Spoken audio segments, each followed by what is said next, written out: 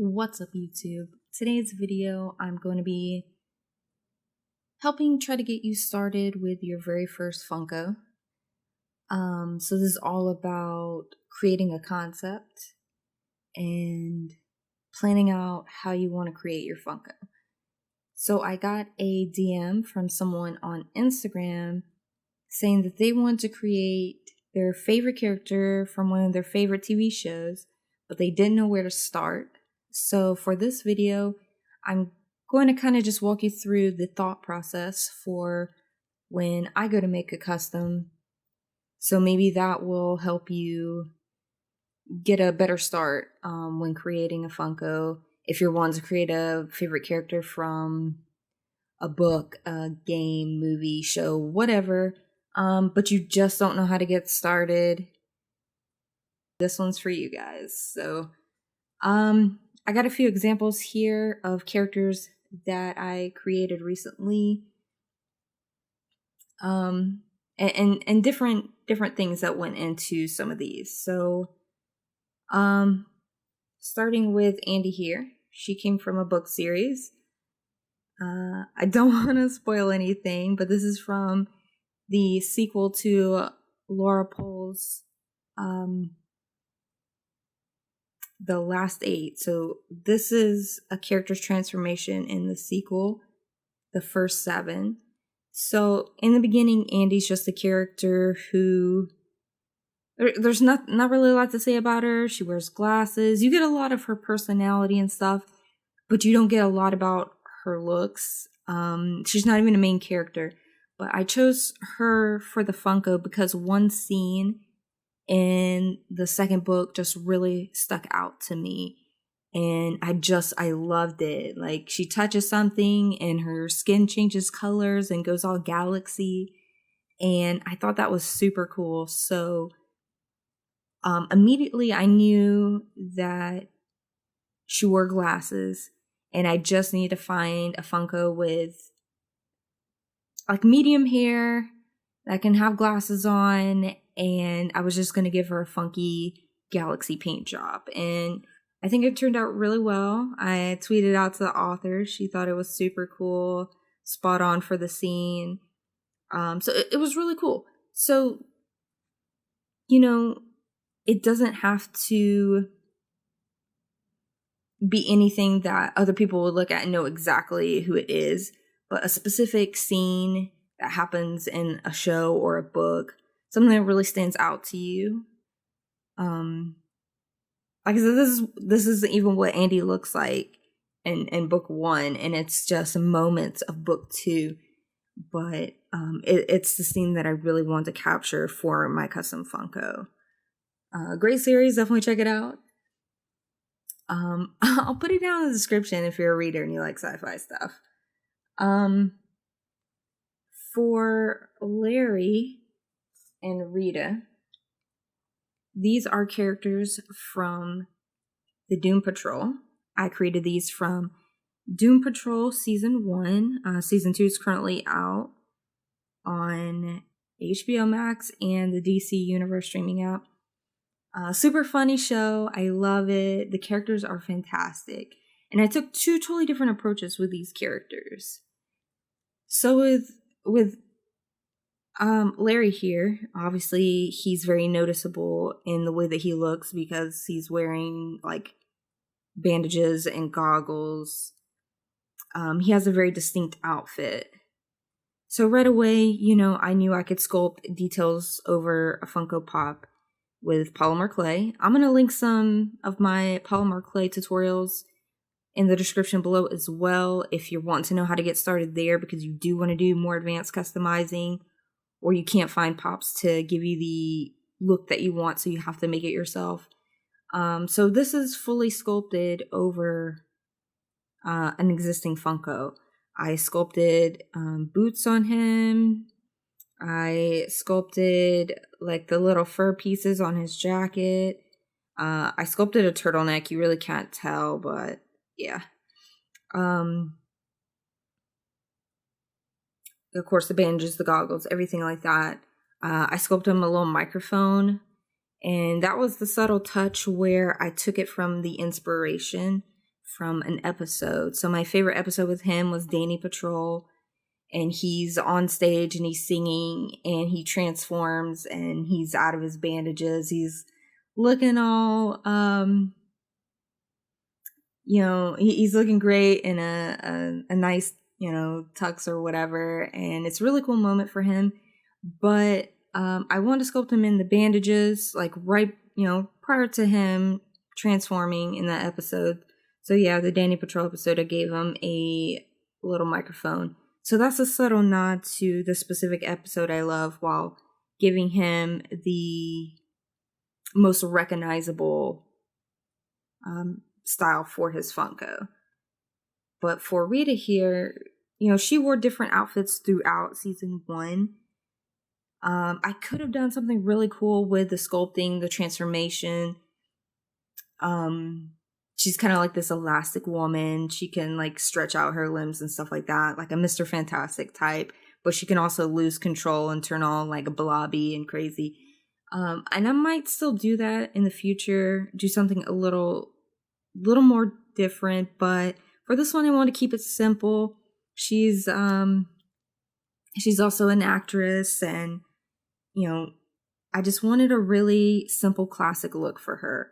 So I didn't even have to do a lot. So you can just find a character. Maybe they do wear just everyday outfits. Maybe they're not like Larry. They don't have a costume or a specific look. Maybe it's a certain sweater or outfit ensemble that they like to wear, or from your favorite episode. And pull from that.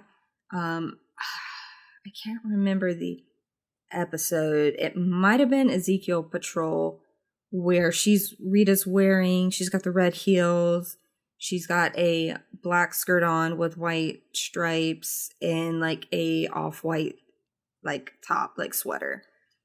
So I found a Funko that had similar hair, something kind of wavy that fit her style, and I found an outfit that I could pretty much paint and create. I didn't do any sculpting on this at all. This is just a paint job. You can also mix and match heads.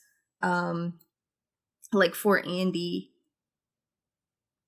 this is a different head on a different body. So I pulled from 2 different Funkos to create this. My best recommendation is to look on eBay, Amazon, search Funkos, switch it down to like you're searching for the lowest price, or find ones that are on sale, even the used ones that people are selling on eBay out of the box. Sometimes you can get the spare parts from people off of Etsy, where they're just selling the head they didn't use or the body they didn't use. And you can create and mix and match those pieces to get the look that you need. So I knew I needed someone with glasses, so I used this head specifically. But then I had this body left over from a project I just needed the head for. So, I mixed and matched to get the desired look. There's going to be times where, even if you're sculpting with polymer clay, you can get a lot of details. Just think about the character. Think about what's most important to their look. Because you obviously, especially with complex designs, like this is Battery from Black Ops 4. And she's got a lot of details in her armor. And I did get a lot of them in there. Let me see. It feels like there's a wicked glare. Okay. So I did get quite a bit. The patches, the armored pieces in there. But I still had to simplify. So I had to pick and choose what parts I thought were going to be most iconic, so that when I looked at her, people looked at her, they'd be like, oh, hey, I recognize her. And for me, obviously that was the headset and the pink mohawk. And then I took reference pictures of her outfit from Black Ops 4. And I just it's like picking and choosing like what pieces. So I knew I wanted like some of the little armored patches. I put her little pink scissors. I don't know if you can see that, but her little pink scissors are in there. A few of the patches, there's not a lot of detail in them, but they're there. But yeah, you just can't get everything. So just pick important parts. For Andy, I knew I wanted the galaxy. I knew she had to have glasses. I give her a little alien shard that she's holding in her hands. So different things like that to make your character stand out, come to life. Whether it's something that only you recognize and it's for you, or you want other people in the fandom to recognize. You can even go a little extra and create like a polymer clay base. I also have tutorials for that. I'll link down in the description. But you can add like a whole scene to it. Whether it's a polymer clay sculpted brick background or a base. I did one where tentacles were coming out of the concrete and wrapping around the character's feet. This one here is Gideon from Gideon the Ninth, another book that I really enjoyed reading. And so Gideon's the Cavalier. She's got her little sword here. And she is Cavalier to a Necromancer, Harrowheart. And so, like, there's a lot of tombs and bones in this book. So I made her a really cool base, sculpted to look like concrete and bones. And I knew for her, she had to have her sword. She wore black. She was required to wear the skull face paint. It was part of their, like, house traditions. She's from the House of the Ninth. And her glasses are iconic, so I knew I had to sculpt glasses for her.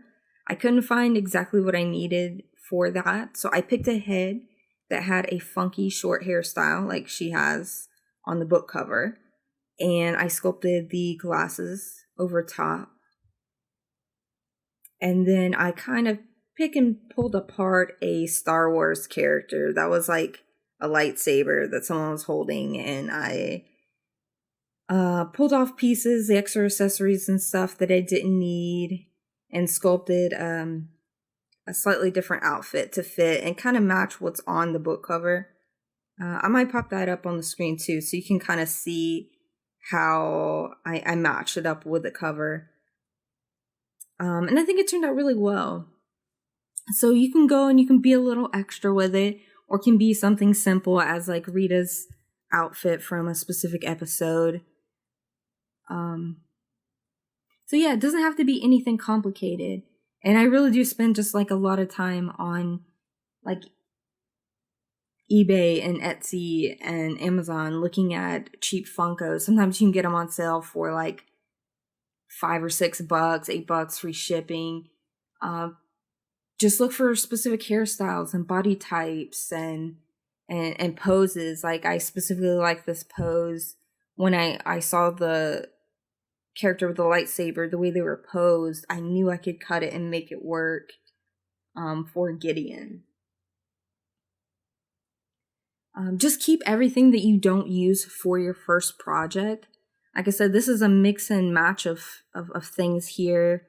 So things that I didn't use from other Funkos became something that really worked. So don't ever throw any pieces away that you cut off. Like the lightsabers I might make a Star Wars character and need that lightsaber piece to glue on for their lightsaber.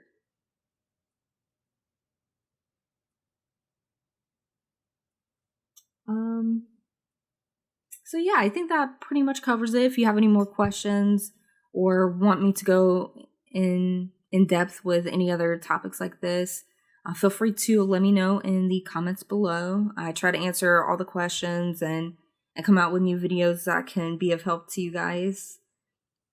And I'll link all my materials and some of my tutorials to help get you started with the next step for creating the Funko and sculpting and all that. Yeah, if you found this helpful, please smash that like button for the YouTube algorithms and subscribe if you want to see more content like this.